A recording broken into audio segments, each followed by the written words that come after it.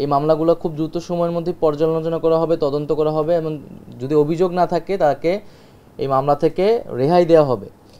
এবং আমরা গতকালও প্রেস ক্লাব এবং এখানে যে সচিবালয়ে যে সাংবাদিক ফোরাম রয়েছে তাদের সাথে বসেছি এবং আমি ব্যক্তিগতভাবে বলেছি যদি কোনো সাংবাদিকের বিরুদ্ধে এই ধরনের অভিযোগ থাকে বা যাদের ক্ষতিগ্রস্ত হচ্ছে তথ্য মন্ত্রণালয়ে আপনারা তাদের ইনফরমেশন বা ডিটেলসটা পাঠাবেন, আমরা এখান থেকে দেখব।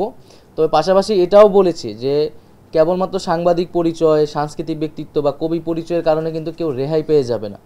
এই ফ্যাসিজমের সাথে যারা জড়িত ছিল, এটার যারা বৈধতা উৎপাদনে কাজ করেছে, তাদের লেখনীর মাধ্যমে, তাদের মতামতের মাধ্যমে জনমত তৈরি করেছে, গণহত্যার পক্ষে কাজ করেছে, উস্কানি দিয়েছে, তাদেরকে কিন্তু অবশ্যই বিচারের আওতায় আনা হবে।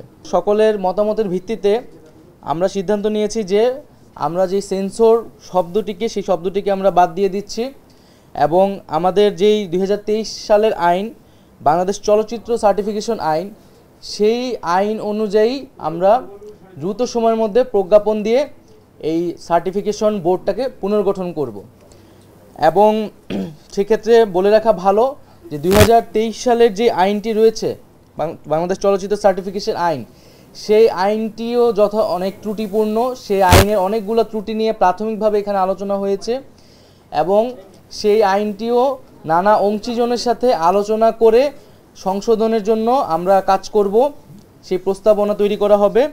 তবে আপাতকালীন আমাদের সিনেমার জগতের যাতে আর্থিক ক্ষতি না আসে এবং যেহেতু প্রচুর সিনেমা আসলে পেন্ডিং রয়েছে, সেগুলোকে দ্রুত মুক্তির ব্যবস্থা করার জন্য আমরা এই যে সার্টিফিকেশন বোর্ড, সেই সার্টিফিকেশন বোর্ডটি পুনর্গঠন করা হবে প্রজ্ঞাপনের মাধ্যমে এবং আইনের সাথে সাংঘর্ষিক হবে না, এইভাবে প্রজ্ঞাপন দিয়ে আমরা আপাতকালীন কাজ শুরু করব।